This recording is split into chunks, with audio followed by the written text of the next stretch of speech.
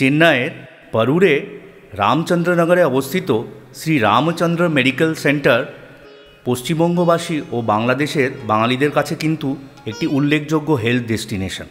সারা বছরই পশ্চিমবঙ্গ ও বাংলাদেশ থেকে বহু রোগী এখানে চিকিৎসা করাতে আসেন।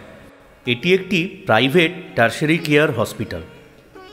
Surgery, cardiology, neurology, oncology, pulmonology, nephrology, dermatology, ophthalmology এছাড়াও আরও বিভিন্ন সুপার স্পেশালিটি বিভাগসহ এই হাসপাতালে সমস্ত ডিপার্টমেন্টই রয়েছে এবং সেখানে রয়েছেন বিখ্যাত ডাক্তাররা। ভারত বিখ্যাত পদ্মশ্রীপ্রাপ্ত ডাক্তার CU ভেল মুরুগেন্দ্রন, বিখ্যাত নিউরোলজিস্ট, এই হাসপাতালের সঙ্গেই যুক্ত।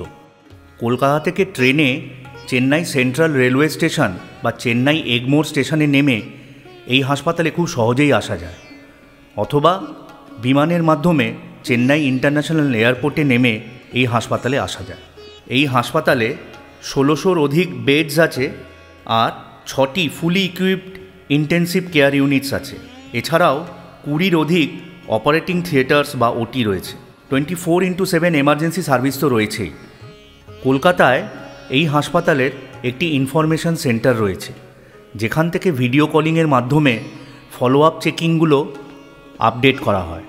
এর ফলে ফলো আপ চেকিংয়ের জন্য চেন্নাই পর্যন্ত যাওয়ার দরকার নেই, কলকাতাতেই এই ব্যবস্থা রয়েছে। আর সমস্ত বড় মেডিক্লেম কোম্পানিগুলি এই হাসপাতালে ইন্স্যুরেন্সের সুবিধা দেয়। এই হাসপাতালের আশেপাশে বাঙালিদের জন্য থাকার এবং খাওয়ার প্রচুর জায়গা রয়েছে। বিস্তারিত জানতে কমেন্ট বক্সে লিখুন।